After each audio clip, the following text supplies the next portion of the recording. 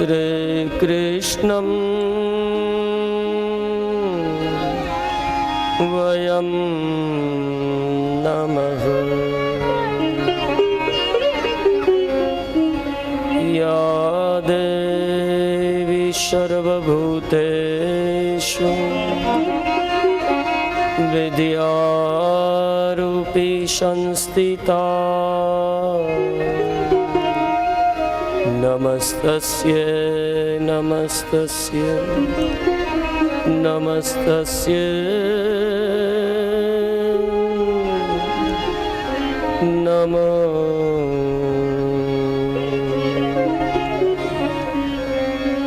नमो व्यासरूपाय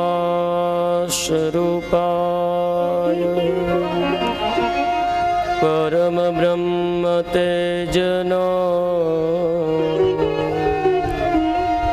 सर्वज्ञानरूपाय व्यासाय नमो नमः। वासुदेवस्य नमस्तुभ्यं नमः देवकीनन्दाय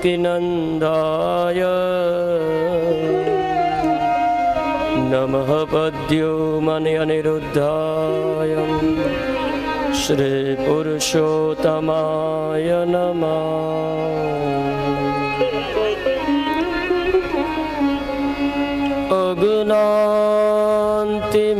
अज्ञानतिमिरान्धस्य ज्ञानजनशलाकया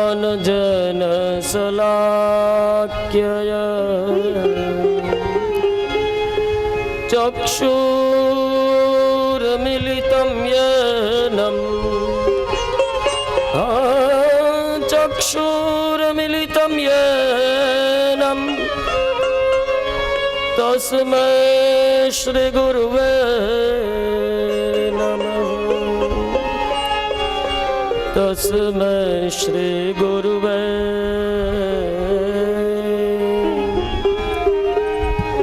गुरुर्ब्रह्मा गुरुर्विष्णु गुरुर्देवो महेश्वर गुरुर्साक्षात् परब्रह्म तस्मै श्रीगुरुवे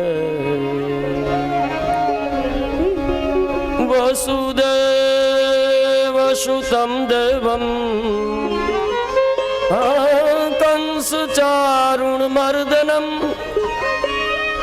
देवकी परमानन्दं कृष्ण वन्दे जगद्गुरु कृष्ण वन्दे जगद्गुरु। वाणी देव्ये सरस्वती वीणा वरदण्डमण्डितकला पद्मासनिवाहिनी सरस्वती प्रणमामि। वेदस्य वेदजाताय वेदं त्रिपदगामिनी ब्रह्माकमण्डलु गायत्री वरदा नमो श्वनन्ताय सहस्रमूर्ते सहस्रपादाक्षिशिरोरुबावे सहस्रनाम्ने पुरुषाय शाश्वते सहस्रकोटियुगधाम। बोलिए बालकृष्ण भगवान की जय। हरे कृष्णा कृष्ण कृष्ण हरे हरे हरे राम राम राम हरे हरे, हरे कृष्णा प्रेम से प्रभु का चिंतन करते हुए हरि नाम। हरे हरे, हरे राम राम राम हरे हरे, हरे कृष्णा कृष्ण कृष्ण हरे हरे, हरे राम राम राम हरे हरे, हरे कृष्ण जय हो कृष्ण कृष्ण हरे हरे, हरे राम राम राम हरे हरे, हरे कृष्ण कृष्ण कृष्ण हरे हरे, हरे कृष्ण कृष्ण कृष्ण हरे हरे, हरे कृष्ण कृष्ण कृष्ण हरे हरे, हरि बोल। हरे कृष्ण कृष्ण कृष्ण हरे हरे, हरे राम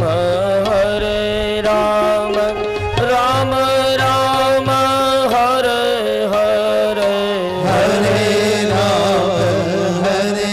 राम राम राम हरे हरे, हरे कृष्ण कृष्ण कृष्ण हरे हरे, हरे कृष्ण कृष्ण कृष्ण हरे हरे, हरे कृष्ण कृष्ण कृष्ण हरे हरे, हरे कृष्ण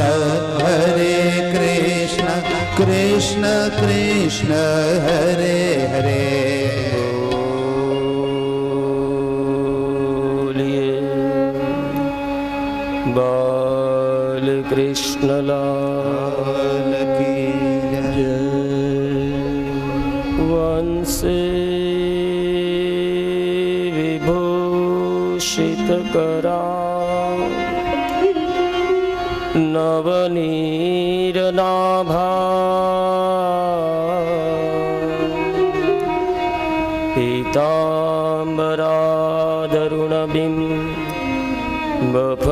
पीताम्बरादरुणबिम्बफलाधरो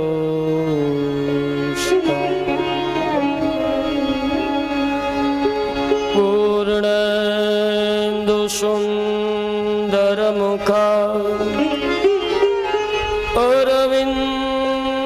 अरविन्दनेत्रा,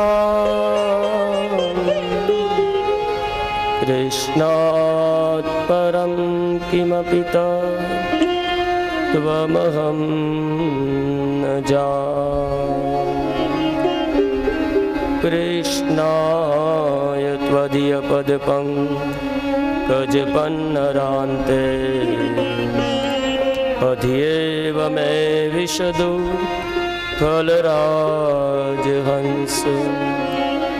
प्राणप्रयाण समये कफवातचित्तये कंठावरोधन विधो स्मरणे कृतस्ते, एको शास्त्रम् एक ज्ञानम् एको देवकी नंदन, एकं भागवत मनुष्य जन्म ज्ञान श्रीमद भागवत અને ભગવત કથાનો આજે પ્રથમો દિવસ પહેલો મધ્યકાલ એટલે બપોર પછીની કથાનો પ્રારંભ. સોનાગર પરિવાર પ્રગતિ મંડળ આયોજિત શ્રીમદ ભાગવત કથાના આજે પહેલા દિવસના જ્ઞાન સત્રનો પ્રારંભ કરીએ એ પહેલા અહીંયા ઉપસ્થિત સોંડાગર પરિવાર, માતાઓ, બહેનો, ભાઈઓ તેમજ એમના સગાવાલા મહેમાનો જે અત્રે અહીંયા ભગવત કથામાં ઉપસ્થિત છે, જેના હૃદયમાં ભગવાન વાંગમય સ્વરૂપ કૃષ્ણ બિરાજે, એને હું મારી વ્યાસપીઠથી વંદન કરું છું. વૈજ્ઞાનના માધ્યમથી જે શ્રીમદ ભાગવત કથાનો આશ્રય લઈ જે ભગવાનનું ચિંતન કરે છે, એને પણ મારા વ્યાસપીઠથી વંદન. અહીંયા ઉપસ્થિત વિપ્રવૃંદ, બ્રાહ્મણો, વડીલ મહેમાનો જે ભાગવતનો આશ્રય લઈને બેઠા છે, એને પણ હું મારી વ્યાસપીઠથી વંદન કરું છું. સંગીત વૃંદ જે ભાગવત કથામાં મને તમને ભગવાન તરફ જવા માટેના પ્રયત્નો જેના હૃદયમાં ભગવાન બિરાજે, એ સંગીત વૃંદને પણ વ્યાસપીઠથી હું વંદન કરું છું.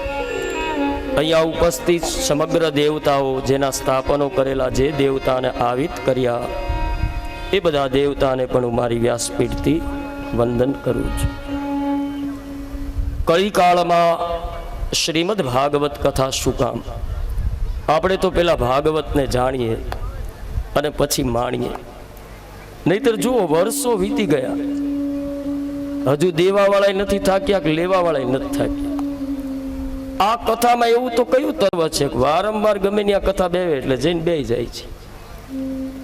तो क्या है इस भागवत में जो वर्षों बीत गए लेकिन अभी तक न सुनने वाला थक गया है न कहने वाला थका है? क्या है भागवत में? શું આ ભાગવતમાં છે તે વર્ષો વીતી ગયા તો હજુ એમ નામ છે. લ્યો,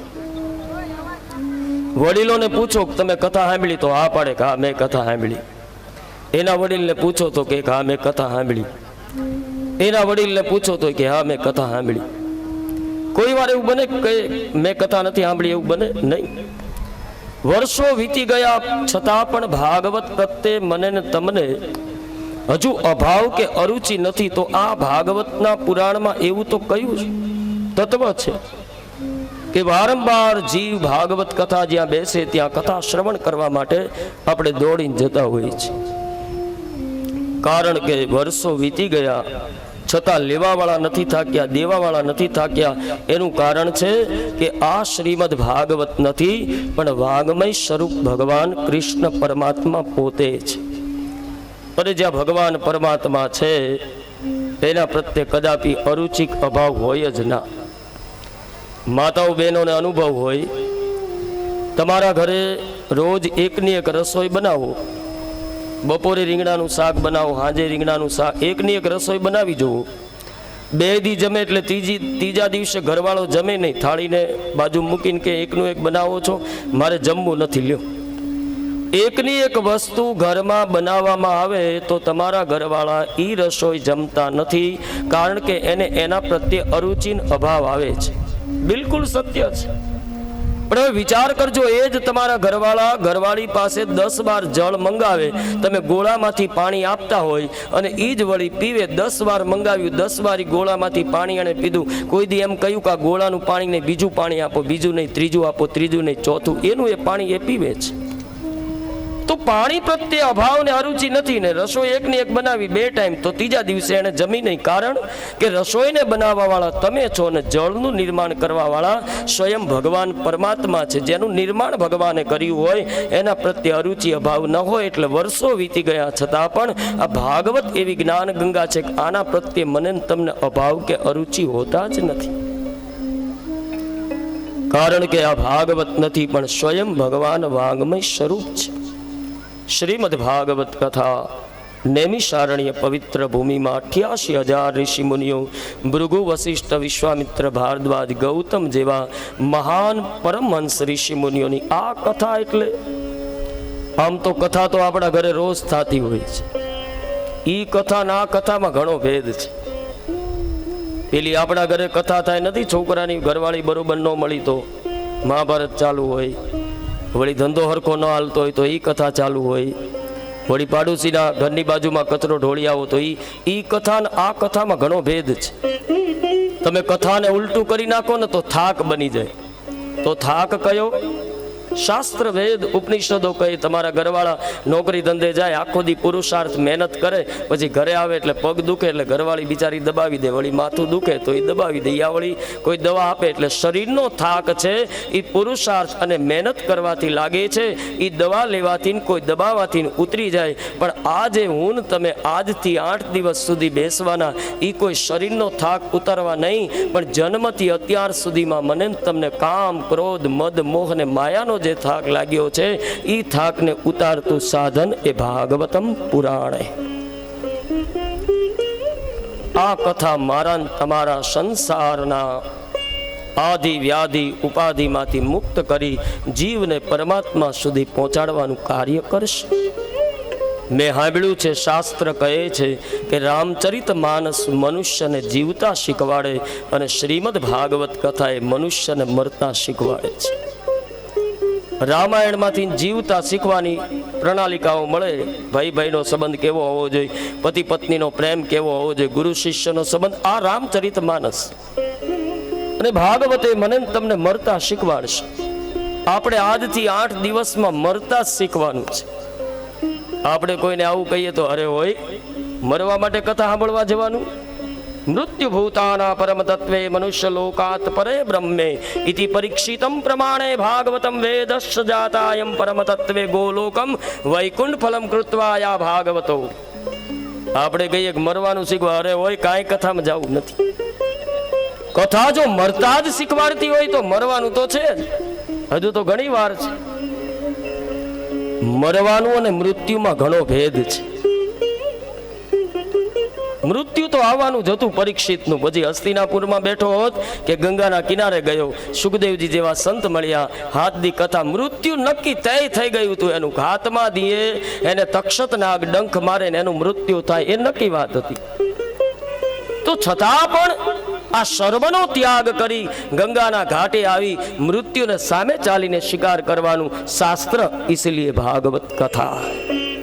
શાસ્ત્રમાં કોઈ પણ એવો ગ્રંથ નથી, વેદ પુરાણ અને શાસ્ત્ર પુરાણોમાં વર્ણન છે કે એક જ શસ્ત્ર કળિયુગમાં એવું છે, એક જ શાસ્ત્ર એવું છે કળિયુગમાં કે 7મા દિવસે જીવને પરમાત્મા સુધી પહોંચાડી દેવા વાળું તત્વ એ શ્રીમદ ભાગવત પુરાણ. જન્મવા માટે 9 માસ લેવા પડ્યા. જન્મ 7 દિવસમાં ન થયો કોઈનો 7મા દિવસે જન્મ નહીં. જન્મવા માટે 9 મહિના સુધી મારે તમારે માના ગર્ભની અંદર એ મારે તમારે કેટલાય સમય સુધી ઇંતજાર કરવો પડ્યો. જગતમાં જન્મ લેવા માટે પણ વિચાર તો કરો, જન્મ લેવા માટે 9 મહિના થાય છે, પણ મૃત્યુ મેળવવા તો 7 જ દિવસમાં. એક બીજું કોઈ શાસ્ત્ર નહીં. યહી ભાગવતમ જ્ઞાન. એટલા માટે ભાગવતમ શ્રીમદ ભાગવત જ્ઞાન પુરાણ પરમ તત્વ જાતામયો સપ્તમ દિને મૃત્યુલોક પરમ ગતે વૈકુંઠ ફલમ કૃત્વા. તો હારામ હારું લ્યો. આપણને કોઈ કહે કે ભાઈ તમારે અમેરિકા આવવું છે, તમે જે કે વ્યવસાય કરતા હોય, નોકરી ધંધો કરતા હોય, કારખાનું દુકાન કોઈ પણ હોય, અને કોઈ આપણને એમ કે અમેરિકા આવવું છે, તો આપણે હા કહીએ કે ના કહીએ? હા પાડીએ. પછી પૂછે તમારી પાસે પાસપોર્ટ વિઝા છે? પછી આપણે ઢીલા પડી જાય કે પાસપોર્ટ કે વિઝા ટિકિટના પૈસા નથી, પણ અમેરિકા જવું છે. પછી સામે વાળો એમ કે ભાઈ પાસપોર્ટ વિઝા ટિકિટ કાંઈ નહીં, એમ નામ લઈ જાવ તમને, તો આપણે હા પાડીએ કે ના પાડીએ? અરે હોય તો તૈયાર. કેદી જવું છે બોલો? એટલે અમેરિકા જવું હોય, પાસપોર્ટ વિઝા ને ટિકિટ વગર કોઈ લઈ જાય તો મને તમને જેટલો આનંદ થાય છે ને, એ મારે તમારે વૈકુંઠ જવાનું છે. એના માટે પાસપોર્ટ વિઝા ટિકિટની જરૂર નહીં. આ જે તમે બેઠા છો ને એ આ ભાગવત કથા મને તમને અષ્ટોત્તરી ભાગવત છે કે વૈકુંઠ પહોંચાડી દેશે. ન તો પાસપોર્ટ વિઝા કાંઈ જ નહીં. બસ 3 કલાક અહીંયા બેઠા એટલે આપણા સહી સિક્કા થઈ ગયા માનો. બસ ફિર તો કોઈ જરૂરત ही नहीं है. તો એ ભાગવતમ, ભાગવત પુરાણ આદથી. અને હું તો ખાસ કથામાં કહું કે જ્યારે અનુગ્રહ, કૃપા અને પ્રેરણા થાય ને ત્યારે આ ભાગવત કથાનું આયોજન થાય. બાકી અનુગ્રહ હોય, કૃપા હોય, પણ આ ઠાકોરજીની પ્રેરણા ન હોય કથા થાય? આ ભાગવત છોડો 8 દીની ઘરમાં સત્યનારાયણની કથા કલાકની કરવી હોય ને તો કથા નથી થતી. થાય છે? વડીલોને પૂછો, પેલા તો 12 મહિને એકવાર સત્યનારાયણની કથા ઘરે કરતા. રૂપિયા પૈસા છે, બધું છે, પણ પ્રેરણા એની હોવી જોઈએ ને. એટલે 2 કલાક નથી કહેતા 9 મકાન લઈ પછી સત્યનારાયણની કથા બેહાડું. 9 મકાન જૂનું થયું, એકાદો છોકરાની વહુ આવી જાય પછી કથા બેહાડું, પણ છોકરાની વહુ જૂની થઈ ગઈ તો એ સત્યનારાયણની કથા ન થઈ. કારણ કે અનુગ્રહ છે, કૃપા છે, પણ પ્રેરણા ક્યાં? આ અનુગ્રહ, કૃપા અને પ્રેરણા ત્રણેયનું કોમ્બિનેશન એટલે ભાગવત કથા. આ તમે જે છત્ર છાયામાં બેઠા છો, ભાગવત અમૃત જ્ઞાન પી રહ્યા છો. આ નતો દેવ દુર્લભે ઇતિ ભાગવતમ જ્ઞાન. આ દેવતાને દુર્લભ નથી એ આ ભાગવત કથા પુરાણ. તમે જે છાંયે બેસી રહ્યા છો એની પાછળ તમે જાણો છો કે 12 મહિના સુધી આ પ્રગતિ મંડળ દ્વારા કેટલું રાત ને દિવસ કેટલા પ્રયત્નો અને પ્રયત્નોનું સફળતાનું પરિણામ ઈ તમે આ ભાગવતના મંડપમાં બેઠા છો, એ કથા શ્રવણ કરી રહ્યા. અનુગ્રહ હોય, કૃપા હોય, પણ પ્રેરણા ન હોય તો ભગવત કથા ક્યાં થાય? એટલે અનુગ્રહ આપણા કુળદેવી માની, કૃપા આપણા ઈષ્ટ દેવતા, અને પ્રેરણા થઈ પિતૃ દેવતાની. એટલે ભાગવત કથાનું આયોજન થયું. મેં સાંભળ્યું છે કે રૂપિયા, પૈસા, સંપત્તિ હોય, બધું જ આપણી પાસે હોય, પણ ઘરે જો ભાગવત બેસાડવી હોય તો એમાં પિતૃઓની કૃપા હોય તો જ ભાગવત કથા બેસાડાય. બાકી પિતૃની કૃપા વગર ભાગવત ન બેસે.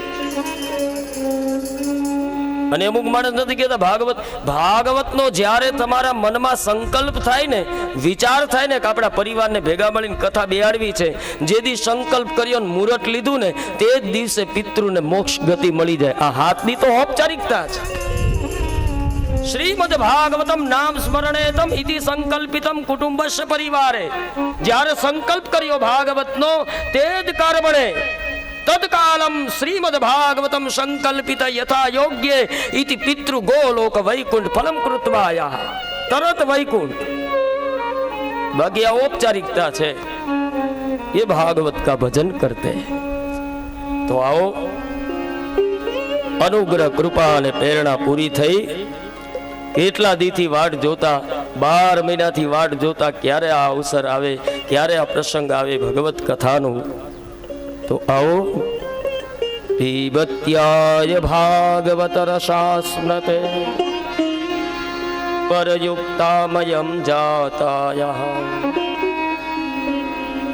अरे भृगु वशिष्ठ विश्वामित्र भारद्वाज गौतमः नैमिषारण्य जाता मयुः श्रुतमुखारविन्दे भागवत परम तत्त्वं वेद पुराण पर्याप्ततो. ભૃગુ, વશિષ્ઠ, વિશ્વામિત્ર, ભારદ્વાજ મહાન પરમહંસ ઋષિ મુનિ એક દી નૈમિષારણ્યમાં પધાર્યા. હજારો ઋષિ મુનિઓ સૂતજીને પ્રાર્થના કરી, જો નૈમિષારણ્ય પવિત્ર ભૂમિમાં યજ્ઞ ચાલુ છે, પછી યજ્ઞ 12 વાગે પૂરો થાય એટલે રિસેસ પડે. આપણા ઘરે સંસારીઓના ઘરે યજ્ઞ હોય અને 12 વાગે એટલે યજ્ઞ બંધ કરી દેવો જોઈએ, કારણ કે કાળના સમયે આહુતિ ન અપાય, દેવતાઓ ન શીખાય. એટલે યજ્ઞ થાય ને 12 વાગે રિસેસ પડે, વળી 2-2:30 વાગે ચાલુ થાય ને સાંજે 5 વાગે પૂર્ણાહુતિનું શ્રીફળ ઓમાય. આપણા યજ્ઞની આ પ્રણાલિકા છે. એવી દેવતામાં ઋષિ મુનિઓ, એમાં યજ્ઞમાં બપોરે 2-2.5 કલાકનો જે સમય મળતો ને એમાં બધા ઋષિ મુનિઓ આટા મારે, રખડે ને ફરે ને. એમાં પરમહંસ ઋષિ મુનિઓએ મનમાં વિચાર કર્યો કે હે બાપજી, અમારો જે 2-3 કલાકનો સમય ખોટો વેડપાઈ જાય હરવા ફરવામાં, એના કરતા યજ્ઞમાં આહુતિ ન અપાય પણ જ્ઞાન યજ્ઞ તો થઈ શકે. અને ખરેખર આપણા શાસ્ત્રો કહે છે કા 12 વાગ્યા પહેલા જમી લેવું અને કા 12 વાગ્યા પછી જમી લેવું. રાઈટ 12 વાગે આહુતિ આપવાની નહીં, પછી યજ્ઞ હોય કે અન્નરૂપી પેટમાં તમે આહુતિ આપો, પણ રાઈટ 12 વાગે નહીં. કાલ સમય છે. અને એ સમયે જમીએ ને એટલે આપણા શરીરમાં રોગ ઉત્પન્ન થાય છે. એટલે માતાઓ બહેનો એ ખાસ ધ્યાન રાખવું, કા 12 ને 10 મિનિટે જમાડવું ને કા 12 માં 10 મિનિટ વાર હોય ત્યારે કાળ સમયથી દૂર રહી. તો બધા ઋષિ મુનિઓએ સૂતજીને પ્રશ્ન કર્યો, બાપજી બપોરે 2-3 કલાક એમાં ભલે યજ્ઞમાં આહુતિ ન થાય, પણ એના બદલે હે બાપજી તમે અમને જ્ઞાન યજ્ઞ આપો ને. અને આવો જવાબ પૂછ્યો ઋષિ મુનિઓ એટલે સૂતજી મનોમન બહુ પસંદ થયા. 4 પ્રકારની ભાગવત છે. વેદો વ્યાસમ પરમ તત્વે ભાગવતમ પરમ યજ્ઞ. 4 પ્રકારની જ્ઞાન યજ્ઞનું ફલીભૂત પરિણામ છે. સૂતજી હજારો ઋષિ મુનિઓને ભાગવત આપે. બીજું ભાગવત મૈત્રી વિદુરને કહે. ત્રીજું ભાગવત એ ભગવાન બ્રહ્માજીને નારાયણ કહે છે. અને સુખદેવજી પરીક્ષિતને કહે. ચતુશ્લોકી ભાગવતમ. 4 જગ્યાએ ભાગવત થઈ. તો એ ભાગવત સૂતજી હજારો ઋષિ મુનિઓને આવી કૃપા થઈ. બાપજી આપના મુખેથી એ આ ભાગવતનો વિચાર તમારા મુખેથી સાંભળ્યો, જીવ બહુ પ્રસન્ન થયો. અને જો કોઈ પણ કથા હોય, કોઈ પણ કથામાં તમે જાઓ તો પહેલા દિવસે કોઈ પણ કથા ગ્રંથ શાસ્ત્રના વંચાય એમાં પહેલો દિવસ એટલે મંગલાચરણ હોય. જુઓ, પછી ભાગવત હોય, રામાયણ હોય, દેવી ભાગવત હોય, શિવપુરાણ હોય, અગ્નિપુરાણ હોય, વિશ્વકર્મા કોઈ પણ કથા હોય, પણ પહેલા દિવસે મંગલાચરણ હોય. આપણે કથામાં જતા હોય, મંગલાચરણ સાંભળી, પણ મંગલાચરણ એટલે શું બોલે એ ખબર નથી. મહારાજે બહુ સારી કથા કરી, મંગલાચરણ થયું, આનંદ આવ્યો, પણ મંગલાચરણ બોલે એ ખબર નથી. મંગલાચરણ એટલે શું એને જ જાણતા નથી. મંગલાચરણ એટલે મંગલ આચરણ. વેદો, શાસ્ત્ર, પુરાણો, ઋષિ મુનિઓ કોઈ પણ ગ્રંથનો પ્રારંભ કરે એટલે દેવતાની સ્તુતિ કરે. હે પરમાત્મા, તમારી કૃપાથી હું કથાનો પ્રારંભ કરું છું. હે પરમાત્મા, પૂર્ણાહુતિ થાય ત્યાં સુધી તમારું અમારું રક્ષણ કરજો. હવે જો આપણે પહેલા દિવસે પોથીજીને ક્યાં લીધી? માથા ઉપર. ખંભે ન લીધી, હાથે ન ઉપાડી, છાતીએ નહીં પણ માથે. શું કામ માથે? આખો સોંડાગર પરિવાર ભગવાનને મસ્તક ઉપર બેસાડી અહીંયા સુધી લાવ્યા અને ભગવાનને પ્રાર્થના કરી. આખા શરીરનો ભાર ક્યાં હોય? આ મસ્તક. વિચાર શક્તિ ક્યાં છે? આ મનમાં. એટલે આની ઉપર ભાર નથી કહેતા બહુ ભાર લઈને ફરો છો. એ બધો આપણો સોંડાગર પરિવાર, આખો પરિવાર, આ બધાનો સંસારનો જે ભાર હતો ને એ આપણે ઉપાડ્યો અને ભગવાનને વ્યાસપીઠે બિરાજમાન કર્યા અને કહ્યું કે હવે 8 દિવસ સુધી મારો ભાર તું ઉપાડજે. બસ એકવાર ભગવાનને હોંપી દો બધું જ આપણું સર્વસ્વ. પછી 8 દી એ ભગવાન, અમારા ગુરુજી કહેતા, કથાનો પ્રારંભ આપણે કરવાનો, પૂર્ણાહુતિ ભગવાન કરવા આવશે.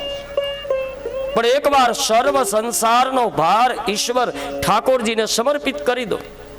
અને એકવાર સમર્પિત થઈ ગયા પછી આપણું કાર્ય બધું ભગવાન કરતા જ હોય છે. એટલે કોઈ પણ કથા હોય તો પહેલા દીએ મંગલાચરણ હોય, પછી ભાગવત હોય, શિવપુરાણ. આપણા જીવનમાં પણ મંગલાચરણ થતું હોય પણ આપણને અનુભવ ન હોય. આમ તો બીજી બધી કથામાં એક જ વાર મંગલાચરણ હોય, પણ શ્રીમદ ભાગવત કથા એવી છે કે 3 વાર મંગલાચરણ થયું છે. બધા જેટલા જ્ઞાની છે બધાને ખબર હોય. 3 વાર મંગલાચરણનો ઉદ્ઘોષ વેદવ્યાસજીએ કર્યો.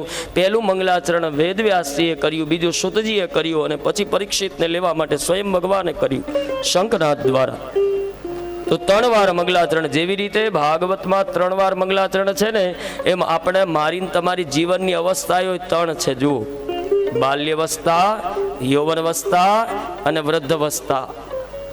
આપણા 3 મંગલાચરણો આવી ગયા પણ આપણે અનુભવ કર્યો નહીં. પેલા નાના હતા ત્યારે માવતર કહેતા મંદિરે જાઓ, કથા કીર્તન સાંભળો, સત્સંગમાં જાઓ, પણ એ વખતે રમવું, રખડવું, ફરવું, એમાં પહેલું મંગલાચરણ વીતી ગયું. બીજું યુવાનીમાં આવ્યું, ઘરવાળી કે રવિવારે રજા છે, આવો ને કથામાં, સત્સંગમાં હાલો, મંદિરે બોલે આજ મારે ઓવર ટાઈમ કરવો છે, આ કરવું ને તે કરવું ને. બીજું મંગલાચરણ પણ ગયું. અને ત્રીજું મંગલાચરણ ગઢપણમાં આવશે. એ તો નહીં લેવું હોય તો પરાણે લેવું પડશે. કારણ કે છોકરાના બહુ એવા મળ્યા હોય, ઘરે ઘરે બેઠા છો, બાજુ મંદિર છે, મંદિર જાઓ ને. પણ એ વખતે ત્રીજું મંગલાચરણ લેવા માટે કાન કામ નહીં કરતા હોય, આંખે દેખાતું નહીં હોય, મોઢે બોલાતું નહીં હોય, પગ કામ નહીં કરતા હોય. નથી કહેતા કથામાં તો બેસવું છે પણ પલોઠી વળાવી જોઈએ ને. શું આ પંચભૂતનું શરીર મારું તમારું અંત સમય સુધી આવું નાવું રહેવાનું છે? મહાપ્રભુજીએ સુબોધિની ભાગવતમાં વર્ણન કરેલું છે. કે નષ્ટે દ્રવ્યમ ઈય સંસારે તલુ દુષ્ટારે તડીપાકાર. બધું નષ્ટ થઈ જશે, પછી ક્યારે ભગવાનનું ભજન કરશો કહો? હવે કાનમાં સાંભળવાનું ઓછું થઈ ગયું, કથા આવી લ્યો. પગ કામ કરતા ત્યાં સુધી તીર્થ દર્શન ન થયા ને હવે યાદ શક્તિ ચાલી ગઈ. હવે તો ઉપર જવાની, એટલે 3 વાર મંગલાચરણ. આપણે સવારમાં ઉઠીએ ત્યારે મંગલાચરણ કરતા હોય, પણ આપણને અનુભવ ન હોય. કરાગરે વસ્તે લક્ષ્મી, કર મૂલે તો સરસ્વતી, કર મધ્યે તુ ગોવિંદમ, એ પ્રભાતે કર દર્શન. સવારમાં જાગો અને હથેળીને જુઓ આપણું મંગલાચરણ.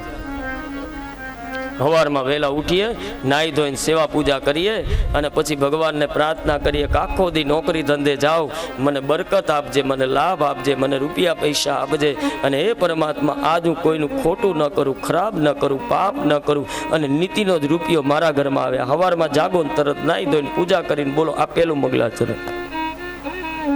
બીજું મંગલાચરણ જ્યારે આપણે જમીએ ત્યારે, અનાજ લઈએ ત્યારે બીજું મંગલાચરણ. અને ત્રીજું રાત્રે હોઈએ ત્યારે. હે પરમાત્મા, આ ભીડભાડ વાળી જિંદગીમાં જેવી રીતે આખો દિવસ તે મારો પડછાયો બની આગળ પાછળ રહ્યો, હે પરમાત્મા, રાત્રે હું ઊંઘવા જાઉં છું, પણ આખી રાત મને વિચાર પણ સારા આવે, બીજાના ખરાબ ન આવે. જેવી રીતે દિવસે હાજ્યો એમ રાત્રે પણ હે ઠાકુર, હે પરમાત્મા, મને સાચવું છે. તો 3 વાર મંગલાચરણ. આવો ભાગવત કથાના પહેલા દિવસે મંગલાચરણ દ્વારા પ્રારંભ કરીએ કે આવો ભાઈ હો, આવો બહેનો, એ ભાગવત ના ભાઈઓ, આવો બહેનો,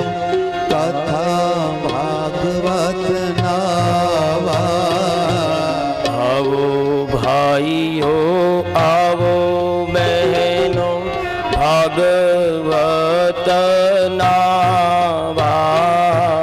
આવો.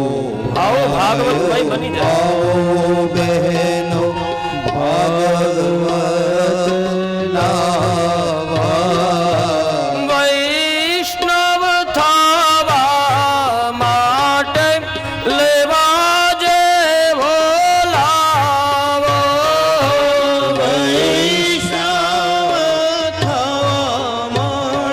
વૈષ્ણવ બની ગયા. રામની રીતને અંતરમાં ઉતારો, રામની રીતને અંતરમાં ઉતારો, મારા કૃષ્ણ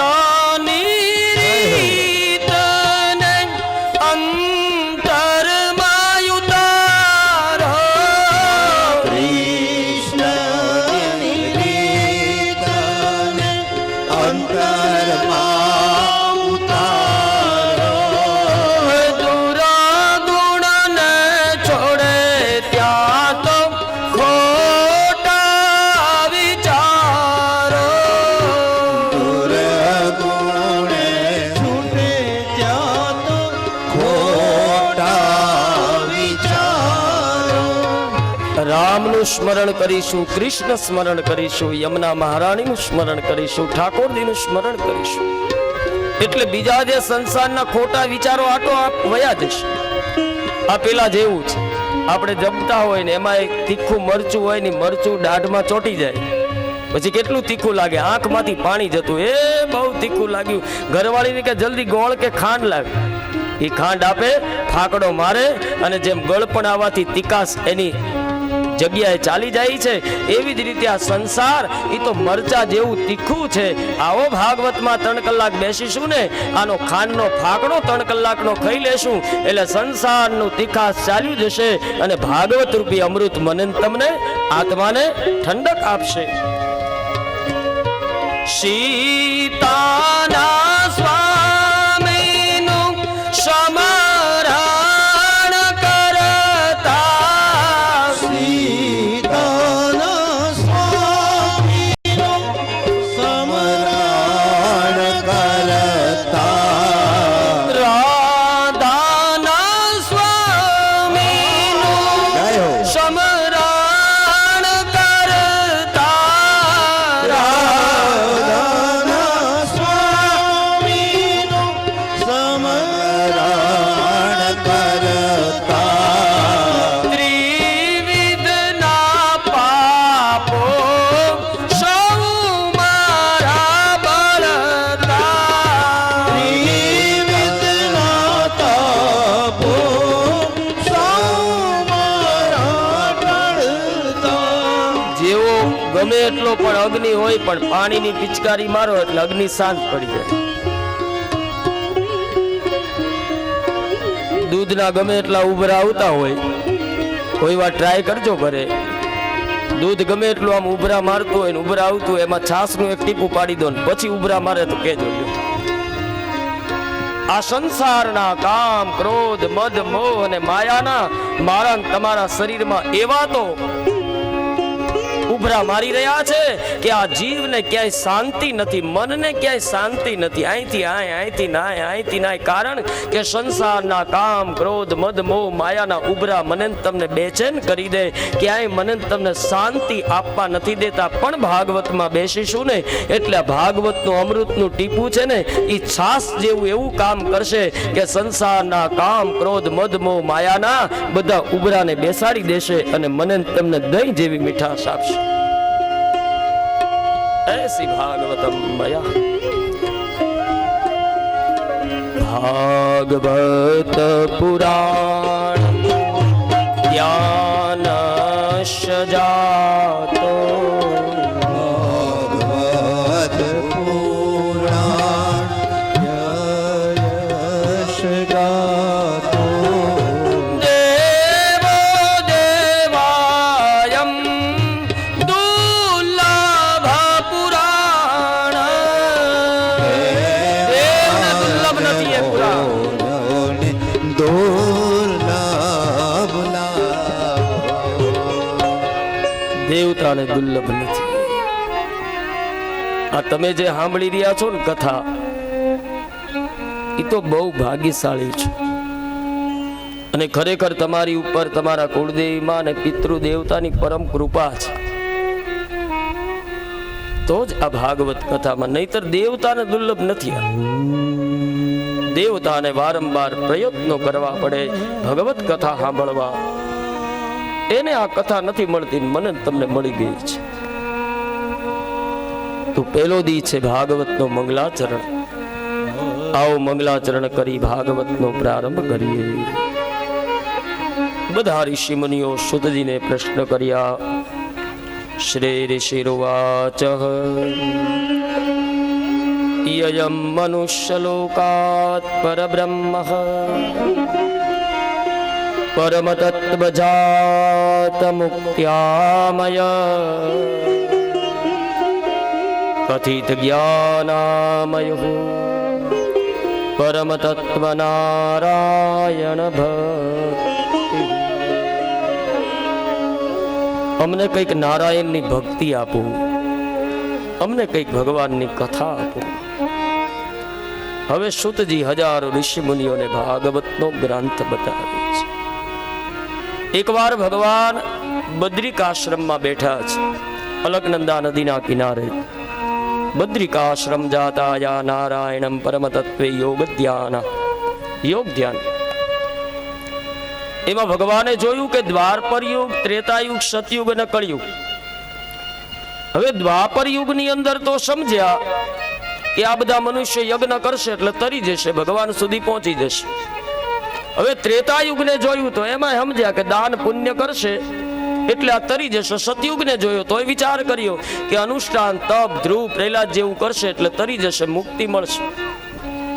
પણ છેલ્લા યુગને જોયો ભગવાને, કળીકાળને, અને ભગવાનની ચિંતા થઈ. કળિયુગમાં જ્યારે આદિ વ્યાધિ ઉપાધિ પીડાતો હશે, કામ ક્રોધ અને મોહ માયા અધર્મ એટલું બધું વ્યાપી ગયું હશે, ત્યારે જીવને મુક્તિ કેવી રીતે, મોક્ષ કેમ મળે? અને મોક્ષ મેળવવા માટે જીવ શું કરશે? એટલે ભગવાનના મુખમાંથી જે ચતુશ્લોકી ભાગવતની ઉત્પત્તિ થઈ, એ ભગવાને બ્રહ્માને જ્ઞાન આપ્યું, બ્રહ્માએ નારદને આપ્યું, નારદે વેદવ્યાસજીને, વેદવ્યાસજીએ ચતુશ્લોકીમાંથી 18,000 શ્લોકનું નિર્માણ કર્યું.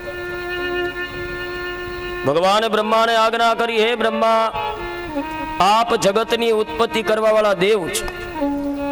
હવે તમે એક એવું પુરાણ બનાવો કે જે પુરાણ થકી સંસારમાં કદાચ હું હોય કે ન હોય, પણ સંસારના જીવને મારી અપ્રીતિ ન લાગે, પ્રીતિત બંધાય. અને ભગવાન બ્રહ્માજી બોલ્યા, તો થોડા દિવસ રહી જાઓ. આના માટે મારે રિસર્ચ કરવું પડે. ડોક્ટર બનવું હોય તો ડોક્ટર જેવું ભણવું પડે, શિક્ષક બનવું હોય તો શિક્ષક જેવું ભણવું પડે. આપણે ડોક્ટરની સ્કૂલમાં જવું નહીં ને એમનામ કંઈક હું ડોક્ટર બની જાય તો ચાલે નહીં. એટલે ભગવાને બ્રહ્માજીને ચતુશ્લોકી ભાગવતની રચના બતાવી. હે બ્રહ્મા, જે હું છું એ જ રીતે, વધારે નહીં ઓછું નહીં, એ સ્મિત બનાવ. 4 શ્લોકમાં ભગવાને પહેલા શ્લોકમાં વર્ણન કર્યું, યયમ જગતયુત્પત્યાયમ પ્રલયક્ષક્યાય પરમ તત્વમ જીહમાહવે પરમલોકાભ્યાય યતો નારાયણ પરમ તત્વ ભગવાન. ભગવાને પેલા શ્લોકમાં કીધું કે આખી જગત મારે આધીન છે, હું જગતમાં છું, જગતના તમામ જીવની અંદર હું વસું છું, અને જગતમાં હું નથી. પણ બ્રહ્માજીને થોડું કન્ફ્યુઝ રહ્યું. ઘડીક કહો છો કે આ સૃષ્ટિમાં તમે બધા જીવમાં છો, ને ઘડીકમાં કહો છો કે નથી પાછો. હવે એ ખબર ન પડી. ભગવાન કે હું તારામાં છું, આપણે સ્વીકાર એક્સેપ્ટ કરી લઈ છે ભગવાન. પછી પાછા ભગવાન કે હું નથી તારામાં, એ ગલત બાત हुई. ઘડીક કહો છો છું ને ઘડીક કહો છો નથી. તો ભગવાને બ્રહ્માને કહ્યું, હે બ્રહ્મા, જગત મારે આધીન છે, જગત સૃષ્ટિમાં હું છું, પણ હું જગતમાં નથી. પણ આપણે કહીએ કે મારા શરીરમાં ભગવાન છે, પછી આપણે ભગવાન છે આપણા શરીરમાં. આત્મા સો પરમાત્મા નારાયણ. આત્મા એ પરમાત્મા છે તો કે નારાયણ છે. તો આત્મા ક્યાં છે કહો જોઈએ? પરમાત્માને છોડો, ભગવાનની પાસે નથી જવું, પેલા આત્માને ગોતો. આપણો આત્મા ક્યાં છે કહો? આ શરીરમાં કઈ જગ્યાએ? લેબોરેટરી કરાવો, આખા શરીરનો રિપોર્ટ કરાવો. દુનિયામાં એવા કોઈ મશીન નથી બન્યા કે તમારો આત્મા અંદરથી ગોતી દે. આ હાથ છે, આ પગ છે, આ નાક છે, આ કાન છે, આ પેટ છે, આમાં હાડ છે, આ નાક, આ મોઢાના દાંત, 32 જીભ. હવે આત્મા ક્યાં છે કહો? કોઈ એવું તત્વ છે કે જેને આપણે આત્મા કહી શકાય? એ લલાટ શીર્ષાભ્યામ પરમ તત્વ જાતા હસ્તાભ્યામ ચરણો સંપુટે નતો બાલયુક્તાના પરમ તત્વે. આત્મા ક્યાં? એવો રિપોર્ટ કરાવીએ અને આત્માને ગોતી. જેવી રીતે આત્માને નથી ગોતી શકતા, એવી રીતે પરમાત્મા પણ ગોતી શકાતો નથી. કેમ? તો આત્મા કોને કેવો? આ મારું તમારું હાથ હલાવે એ કોણ તત્વ ચલાવે? એ આત્મા ચલાવે. પગ કોણ ચલાવે? તો આત્મા ચલાવે. જમીન તરત સુઈ જાઓ, જમ્યા છો તમે પીળા કલરનું, પણ એ લોહી કોણ બનાવે છે? કો લ્યો, મશીન અંદર કેવું ફિટ કર્યું? એવો આત્મા હે. દેખાતો નથી પણ શરીરનું કામ કરે છે. અને પછી એ શરીરમાંથી આત્મા ચાલ્યો ગયો. ડોક્ટરે કહી દીધું ગુજરી ગયા, તો એ તત્વ ચાલ્યું ગયું. પછી ભગવાને કહ્યું હું એમાં નથી, પણ ન તો યમ આત્મા સુદેહ લોકાયા. તો આત્મા ગયો તો ભગવાન કે હવે એ લાકડામાં શરીર બળ્યું, હું થોડો. તો જે મારું ને તમારું શરીર ચલાવવાનું કાર્ય કરે, જમાડવાનું કાર્ય કરે, યાદ શક્તિ મને ને તમને આપી, જેને મને ને તમને જમેલું પાચન કરવાની જે શક્તિ ધરાવે, ઈ જે તત્વ છે એને આત્મા કહી શકાય. એ જડે નહીં શરીરમાં પણ કામી કરે છે. એવી રીતે આ પરમાત્મા તત્વ પણ એવું છે કે જગતમાં મારું ને તમારું કામ કરીને વયો જાય છે, પણ ઈ ઊભો દેખાતો નથી સાહેબ. એ તત્વ ઉસ પરમાત્મા કા શોધ. આ ભાગવત કથા છે ને સમાધિ અવસ્થાની કથા છે. વક્તા કથા કે ને શ્રોતા સાંભળે, હાથની બહુ સારી કથા હતી, હારા પરિવારે. એ કથા નહીં આ કથા એટલે વક્તા જ્યારે કથા કહે ત્યારે તમારે સમાધિ અવસ્થામાં વાંગમય સ્વરૂપ ભગવાન નારાયણના દર્શન કરવાના છે. ઈ આ ભાગવત કથા છે. एको शास्त्रम एक ज्ञानम व्यास मुनि मुखारविंदे भागवतम श्रोतायम तत्केवल मुक्त दर्शनाता. ये भागवत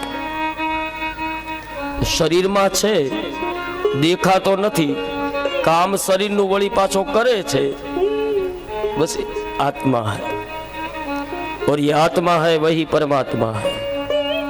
એટલે વધારે ઊંડું ઉતરવું નહીં. આપણે કોઈ પૂછે કે ભગવાનને જોયા? હા. ક્યાં છે?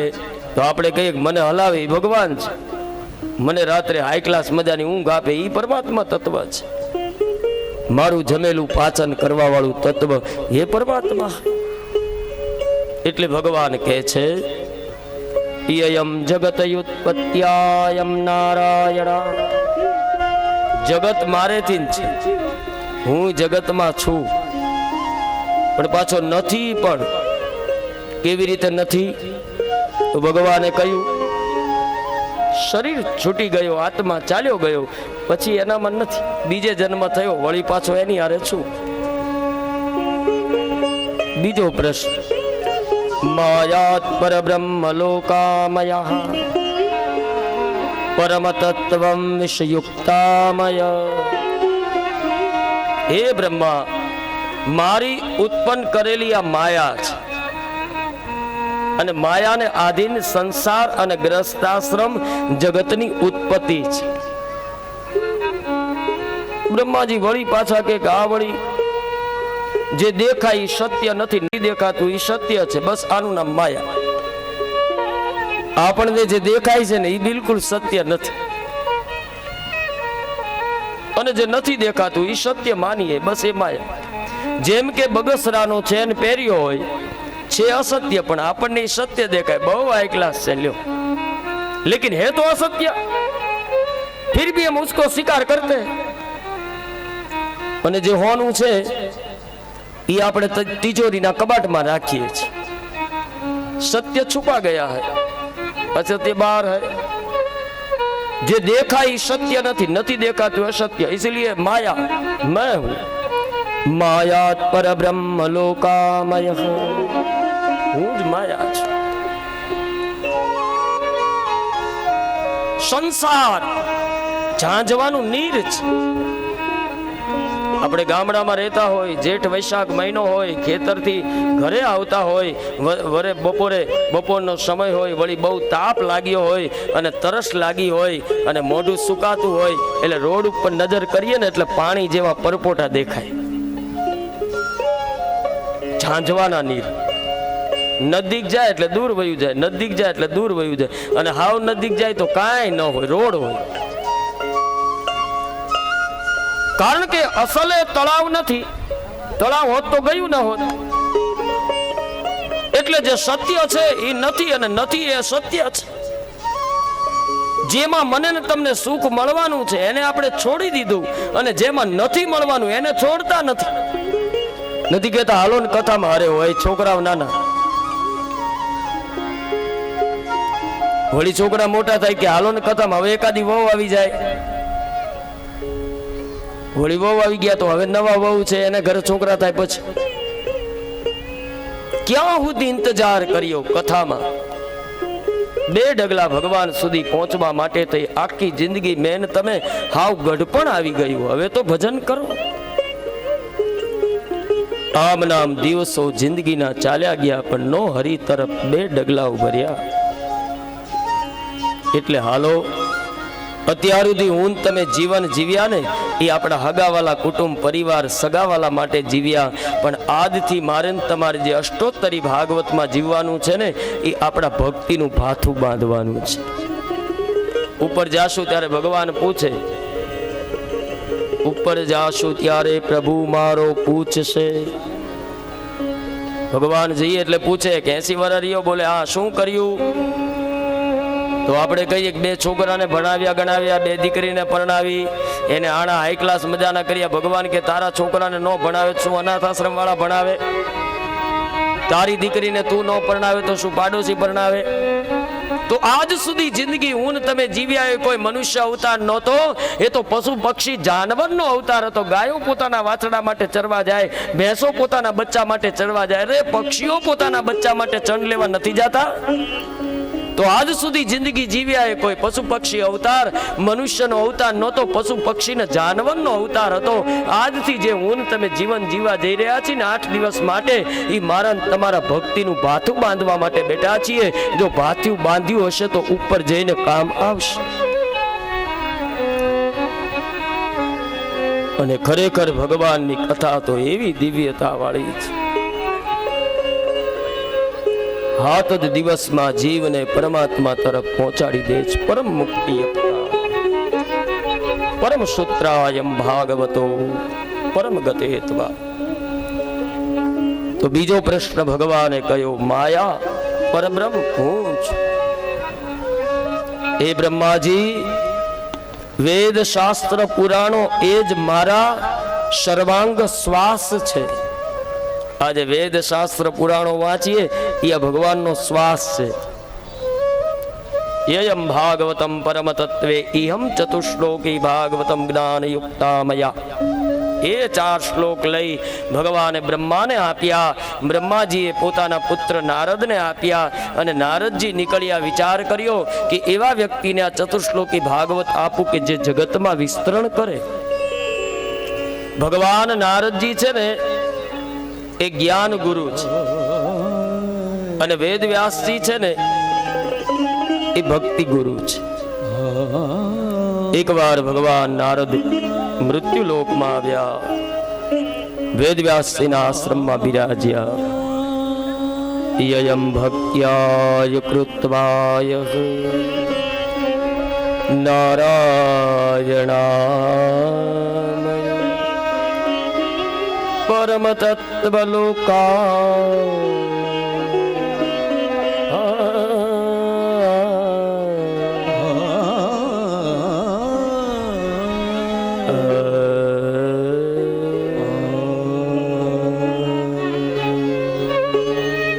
વેદવ્યાસજી દોડ્યા.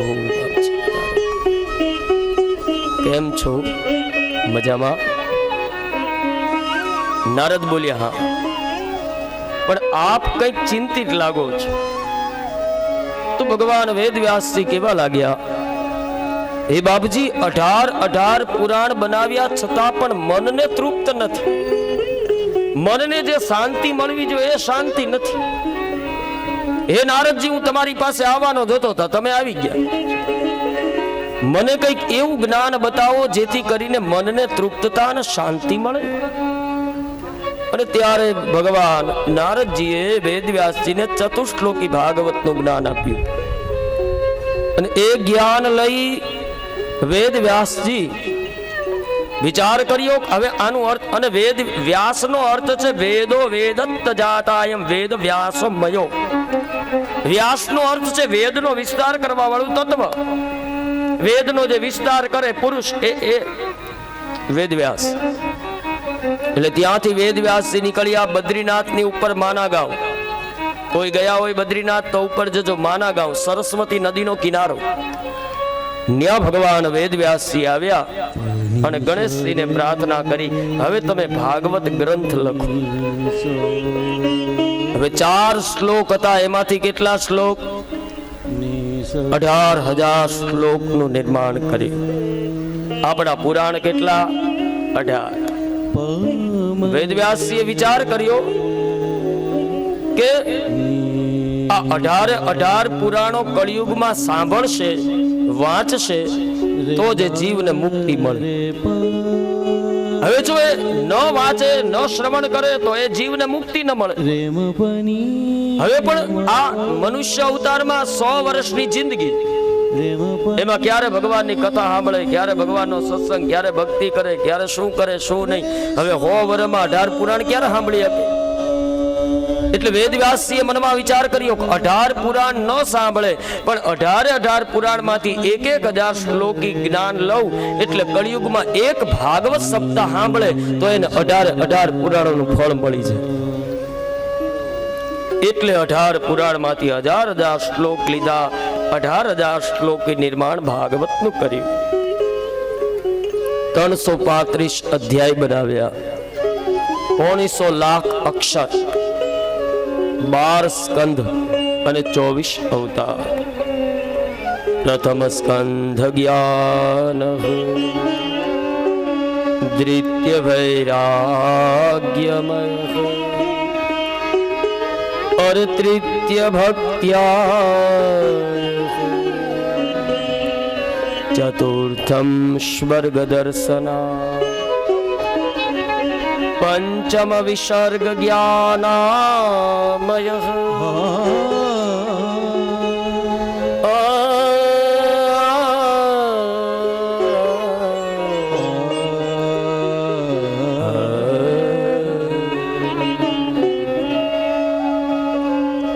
और पंचम विसर्ग ज्ञान, षष्टम मनवंतर ज्ञानमय,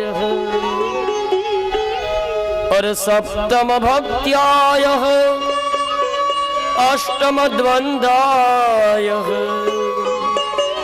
नवम भक्ति, दशम निरोधक लीलाय, एकादश भद्राय, द्वादश महात्म्य.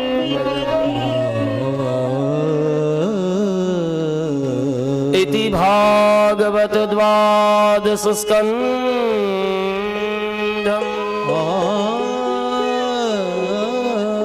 कलियुग मनुष्य जन्मात्मयो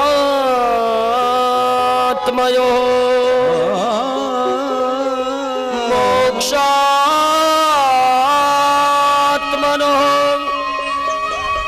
श्रीमद् भागवतम् पुराणम्. श्रीमद् भागवतं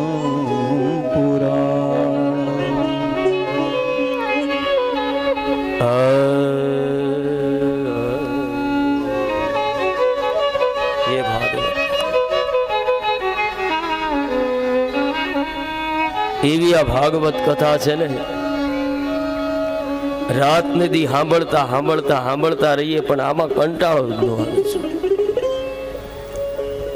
આ ભાગવતનો એવો રસ છે ને સાહેબ, આજથી તમે સાંભળજો પછી પેલો કેરીનો રસ તો તમને અડીએ નહીં હકી. કેરીનો રસ તો એવો છે વળી, એમાં કિલો કેરી મગાવીએ ને તો 200 ગ્રામ તો છાલડા વયા જાય, 300 ગ્રામ ગોટલા વયા જાય, 1 કિલો માંથી વળી ગળો એટલે 100 ગ્રામ ઈ વયો જાય કચરો. 1 કિલો કેરીમાંથી 400 ગ્રામ રસ મળે. બધાય માતાઓને અનુભવ હોય. 1 કિલો કેરી લાવીએ તો એના છાલડા કાઢવા પડે, એના ગોટલા કાઢવા પડે, એને ગળવો પડે. જ્યારે ભાગવત અમૃત રસ તો એવો છે કે નથી આમાં ગોટલા, નથી આમાં છાલડા, કે નથી આને ગળવા પણા જેવો. પીબત્યાય ભાગવત રસાસ્મૃતાય પરમ તત્વ લોકામય ભાગવત. અને વળી પેલો કેરીનો રસ તો ડાયાબિટીસ વાળા પી જ ન શકે, પી શકે. અને આ ભાગવત રસ તો એવો છે કે આમાં ડાયાબિટીસ વાળા પેલા પીવે,